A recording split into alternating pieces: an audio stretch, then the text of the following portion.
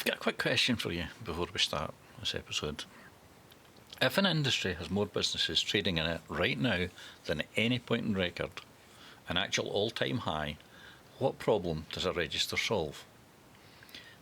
Not a rhetorical question, sit with it for a second, please, because the campaign we've been picking apart for 3 episodes now has an answer, and once you hear it, I think you'll want to know exactly who's holding the pen. So here's a number that never seems to make it into any of the crisis messaging. HMRC's own interdepartmental business register, the same government data set behind a lot of what we've covered in the previous 3 episodes in the series 1. It puts the number of hairdressing and beauty businesses in the UK at 50,400. That's not a low point, that's an all-time high. Go back and listen to episode 1 if you haven't, because we went through the real measurable pressure that the sector is under. Its wages rising twice as fast as prices. That's a real squeeze. But a record number of businesses trading is not what a collapsing industry looks like. It's what an oversupplied one looks like. And that distinction matters enormously for what comes next. Because the industry's proposed fix, mandatory registration under the Hairdressers Registration Act 1964, doesn't touch that number at all. Every one of those 50,400 businesses is already trading, already established, already in the market. A register doesn't remove a single existing competitor. At best, it slows down who's allowed to join in the future. So if oversupply is the actual pressure, and I think the data says it is, a register aimed at future entrants doesn't fix today's problem. It just decides who gets to compete for tomorrow's chairs.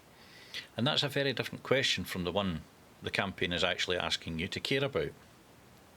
So, there are 2 proposals circulating for how to sort out the genuine mess around self-employment status in the industry. And I want to be upfront that one of them is one that I wrote. So the version I've developed is built around a revenue-neutral universal practitioner licence, something in the region of £18.50 to £20 a week, paired with VAT exemption for the sector, closer to how dentistry, chiropody and non-elective cosmetic surgery are actually treated in law, rather than how plumbers are treated.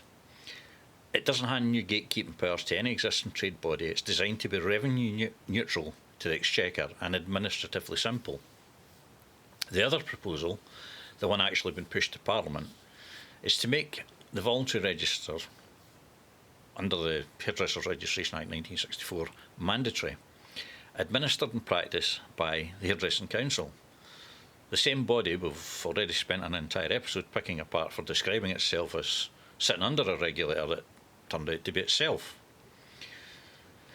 Both of the proposals claim to solve the same underlying problem.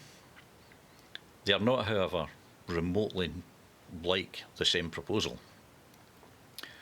One creates a new statutory gatekeeper with fee charging power over every practitioner in the country. The other doesn't. And that difference is the whole episode. And here's a question I keep coming back to. If both proposals are aimed at the same problem, and one of them is simpler, cheaper to administer, doesn't concentrate power anywhere, why hasn't the BHC campaign ever engaged with it? And I want to be careful here, because I can't show you a document where I always like to show you documents where anyone says the quiet part out loud. Nobody's written, "We prefer mandatory registration because it gives us control." That sentence doesn't exist anywhere I've found. But what I can show you is a pattern, and patterns are worth paying attention to, even without a confession attached. So, we've already established that the Hairdressing Council described its own task force as sitting under a regulator to ensure accountability. And that regulator is the Hairdressing Council itself. We've shown that it compares its standing to the General Medical Council, a body funded entirely by registrants' fees, specifically to keep it independent of outside sponsors. and then in the very next breath describes its own funding as members and sponsorship. We've shown that the industry's own all-party parliamentary group had its day-to-day secretariat run by a PR company that the Hairdressing Council itself was paying. None of that proves motive, but every single one of those findings is exactly what you'd expect to see if institutional control, not public protection, were the real prize on the table. A mandatory register under the existing Act doesn't just set standards, it makes every practitioner in the country a fee-paying registrant of one specific organisation. That's not influence, that's an actual revenue base and a genuine gatekeeping power handed over by statute. And there's a claim going around, or doing the rounds in the industry, that mandatory registration would let hairdressers charge more, the way gas safe registration has supposedly let gas engineers charge more. And I don't think that claim survives contact with how licensing economics actually works. Because there are two completely different ways a credential can push up prices up. One is the customers see the credential, trust the work more, and are willing to pay a premium for that trust. And the other is much blunter. The credential is expensive and difficult to get, so fewer people qualify to do the work, and prices rise simply because there's less competition. Same effect in your invoice, completely different cause. And the economics literature in occupational licensing generally finds it's overwhelmingly the second mechanism doing the work, not the first.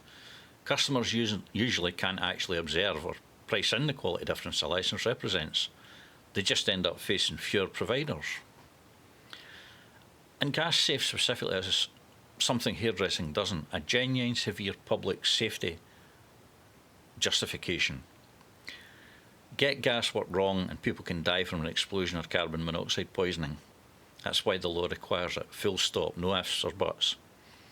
Hairdressing doesn't have an equivalent safety case anywhere close to that scale, however you want to frame consumer protection concerns. So if a mandatory register ever did nudge prices up, the honest explanation wouldn't be the public finally trusts us more, it would be there are fewer of us competing for the same clients. And that takes us straight back to the apprenticeship question that the BHC campaign claims to care about, because a barrier that keeps prices up by restricting supply is by definition a barrier that keeps new entrants out. You cannot simultaneously worry about the pipeline of young people entering the trade and champion a mechanism whose main economic effect is thinning out that same pipeline. And here's where I think this actually goes if it's allowed to, and I've spoken about this before. A registration body funded by registrants' fees has an ongoing institutional need to keep expanding its own relevance. Standing still isn't really an option for an organisation like that. The incentive is always toward tightening standards, adding requirements, widening scope, because that's how a licensing body justifies its existence and grows its fee base from a pool of members that isn't getting any bigger on its own. Each step along the road is individually defensible. Consistency of standards, consumer protection, closing a loophole. Nobody has to announce a plan for it to happen. It just tends to happen because the incentive is baked into how these bodies are funded and structured. And the people it hits first are never the large established multi-chair salons who can absorb a new fee or a new compliance requirement without blinking. It's the smallest operators every time. Space renters first, home salons, then the small 4-chair operations that are barely clearing a decent wage as it is. We've already showed in this show with the real ONS numbers exactly who sits in that squeeze group and how little room they have to move. A slow ratchet of registration requirements lands on precisely that same group a second time through a completely different mechanism. One more thing, and it's a small one, but it matters because it's the seed the whole "we need a register" argument is planted in. The CBIE report includes a quiet little line tucked in a footnote about its own employment figures. And I quote, "With no central register of those trading, these figures carry a high degree of uncertainty. It's positioned as a simple methodology caveat. It's actually doing a lot of quiet groundwork for the Registration Act that comes later in the same document. here's the problem. HMRC already has a comprehensive administrative record of self-employed people in the sector.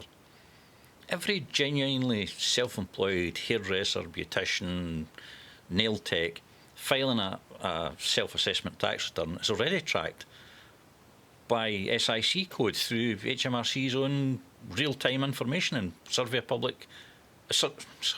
of personal incomes data.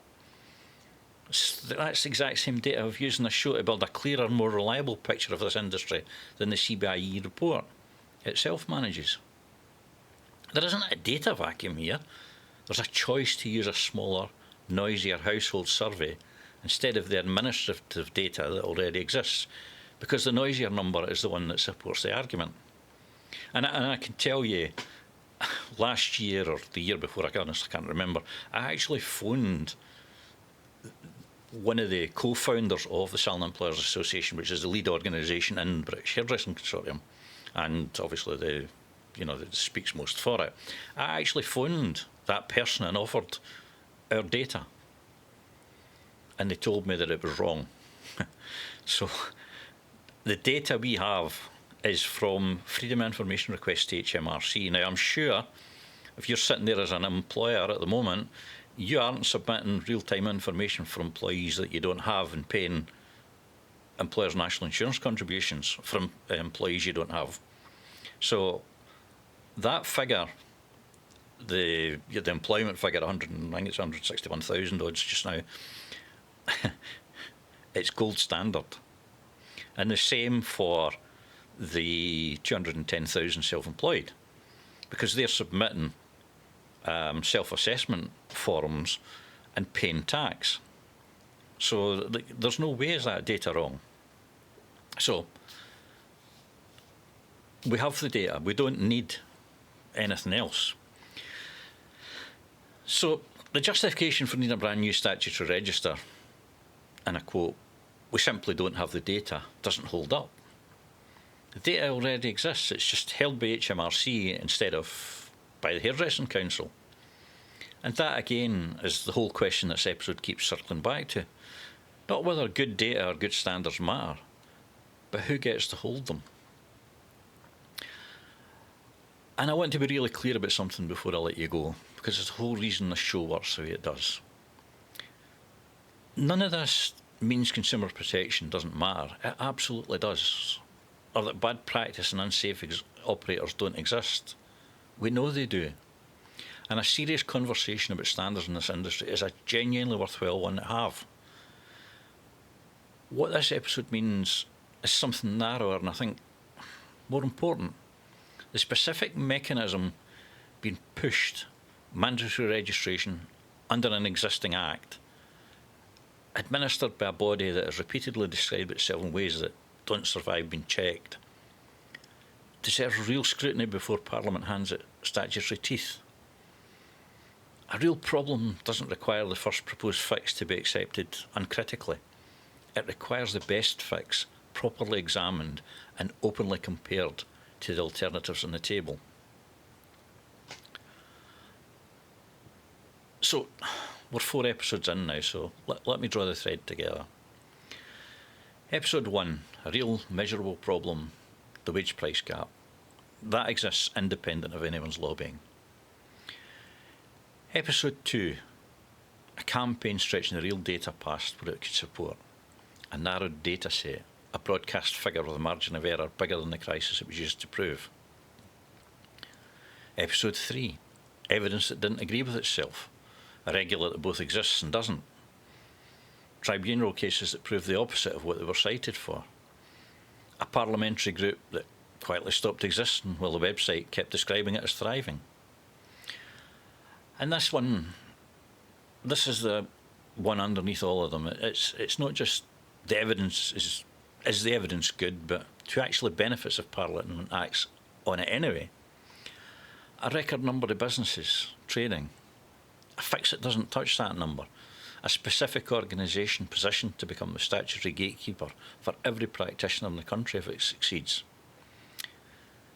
That's not a coincidence you need me to editorialise about. It's just what's sitting there, and the structure of the ask, once you look directly.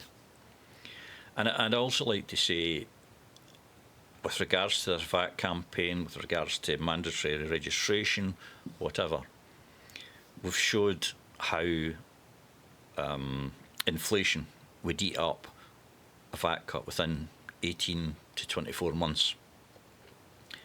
We will only ever have one opportunity, one change with government. If we blow it, that'll be it. We're not going to be able to go back in 18 months and say, well, VAT's at 10%. Can we cut to 5 now? It's just not going to happen. I don't believe it's going to get cut anyway, but that's we only have one chance, and we need to get it right. And I don't believe that what is being proposed is right. I'll leave that with you. So, 4 episodes now, 4 different ways the evidence hasn't held up to a plain read through.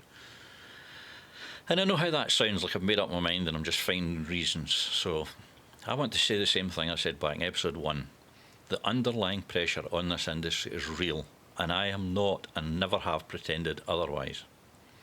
What I keep finding is that the specific case being built to fix it doesn't survive being checked. That's not the same claim, and I think the difference matters more than anything else I've said across this whole series. Every source for the episode will, as usual, be uploaded in the show notes. Go and check them for yourself. Thanks for listening. I will see you in the next one. Thank you.